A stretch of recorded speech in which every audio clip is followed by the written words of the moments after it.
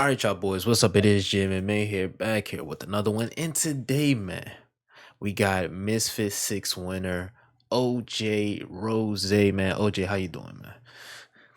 Doing good, man. Living life. Yes, sir. Yes, sir. And let's get right into it, man. Misfit Six just happened, over this past weekend, and many say, you're probably the biggest winner as far as surprising everyone. You're going up against the only one going up against a former MMA fighter outside of Paul Bamba, but you're going up against a really big name in Baby Slice. With his father having a big name, and now he's having to carry that legacy. So I just want to ask you, like just during the whole fight week, how was it just trying to try to separate him from that legacy and just look at him as a fighter? Well, yeah, man. All week, all fight camp, I was going on my phone and see the comments. I was going to lose. I was a big underdog. Taking this fight was done. I'll get knocked out. It's at the third, man. But we train hard for this, man. I'm an influencer going into this fight. First pro fight. No fights before that. And like, I got a knockout, man. I'm proud of myself. Yes, sir. And at that media workout, and like you just mentioned, it was a lot of hard work and just that demeanor. I was telling everyone, I was like, he was the only one after his media workout that was doing work after. It wasn't just like everybody else they did their media workout, then they just stopped. You was literally the only one. You hit the bag. You was still doing work after. So just do you think, that mentality of, just trying to work hard, did that get you that win? Yes, man. Because look, hard work beats skill when skill doesn't work hard. Some saying like that. And I got both. I got skill, I got talent, and I have the coach that's going to push me through it, push myself to my limit each and every time. Yeah, and I want to ask you because watching it just seemed like Slice, he was just trying to land that big right hand, in the ring, he was switching stances quite often as well. Was it anything like that surprised you, with his game plan or like his skill or anything? No, my coach watches footage beforehand, and we plan for this. He said, whenever we go southpaw, we press him. Whenever he's in orthodox, we walk him down.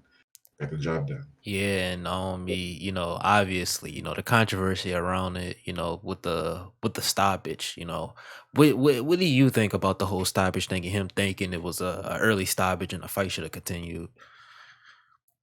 Man, I don't know why he stopped it.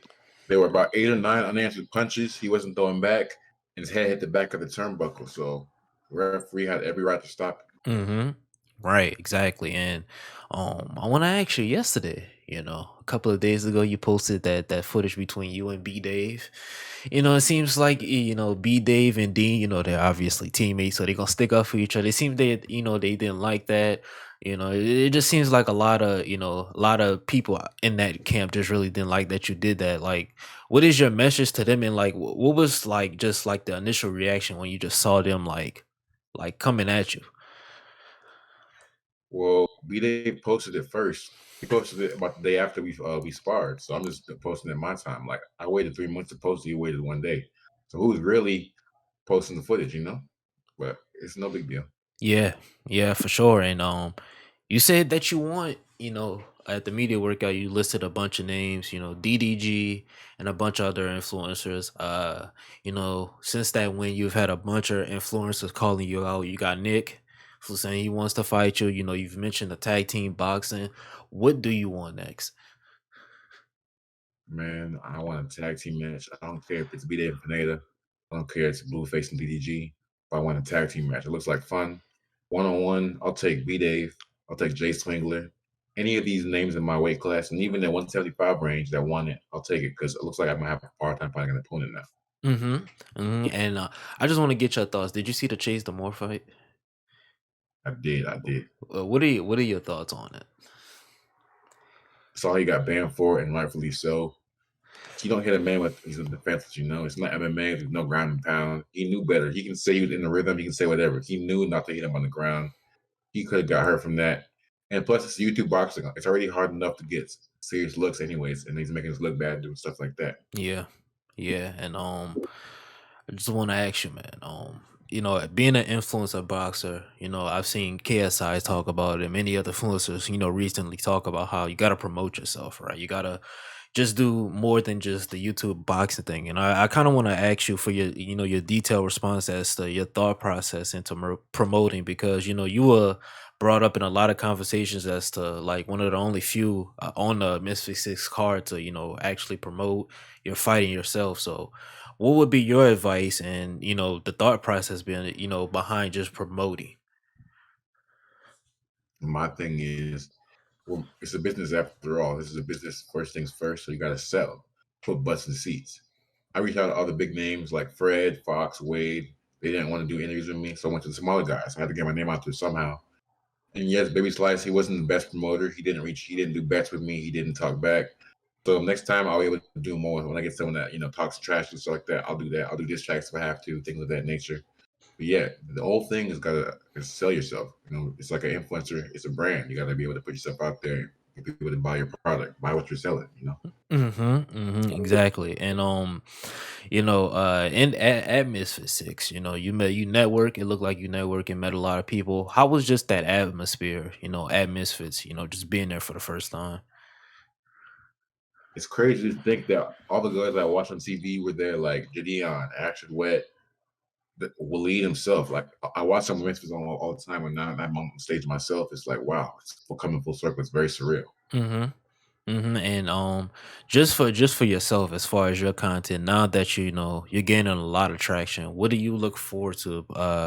As your content and trying to put out different things, and for your fans, or like what are you gonna do next?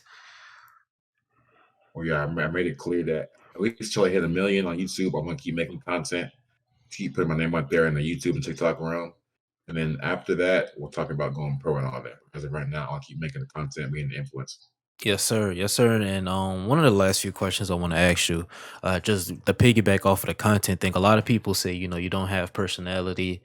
You just a YouTube boxer. You don't promote. You don't do this, and you don't do that. What do you say to those people?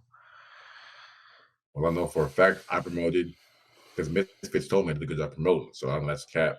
Personality, it was all because Baby Slice didn't want to do that talking back and forth stuff. Whenever I get a guy that has trash talk like Ryan Taylor or Swarms, you'll see lots of trash talk because I'm good at that. I can do that. My personality shows in my content. I'm not a robot.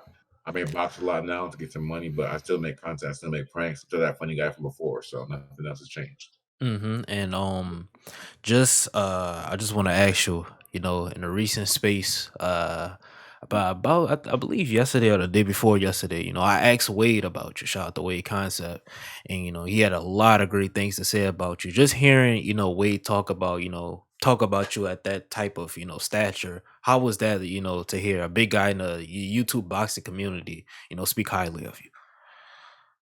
It's surreal, man, because I watch Wade every day. I got them subscribed on my TV right now. So some guy that I watch knows my name too. It's coming full circle, showing that all my hard work is paying off. I love it. Man. I love it. Yes, sir. And last question, because I don't want to take up too much of your time, but just your walkout song, right?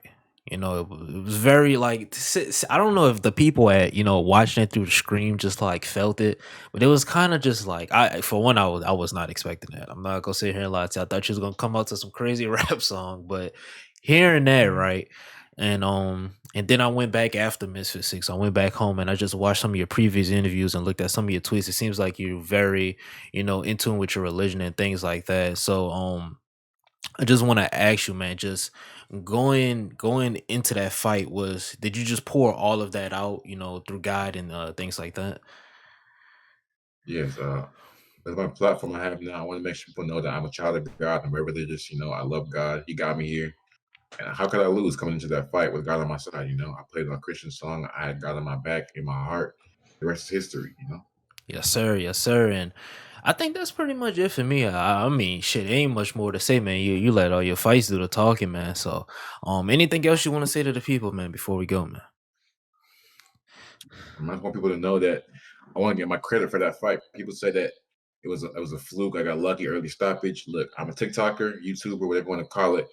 In my first ever fight, pro debut, I got knocked out against a 3-3 trained fighter. I want my credit for that. People to understand that was no easy task. Mm. Okay, man. Y'all heard it first, man. OJ Rose, man. Be sure to go in the description, click all this links. It's gonna be down there, man. Peace, love, and prosperity. Love y'all. Do something productive with your day. Beating your meat is not productive. All right.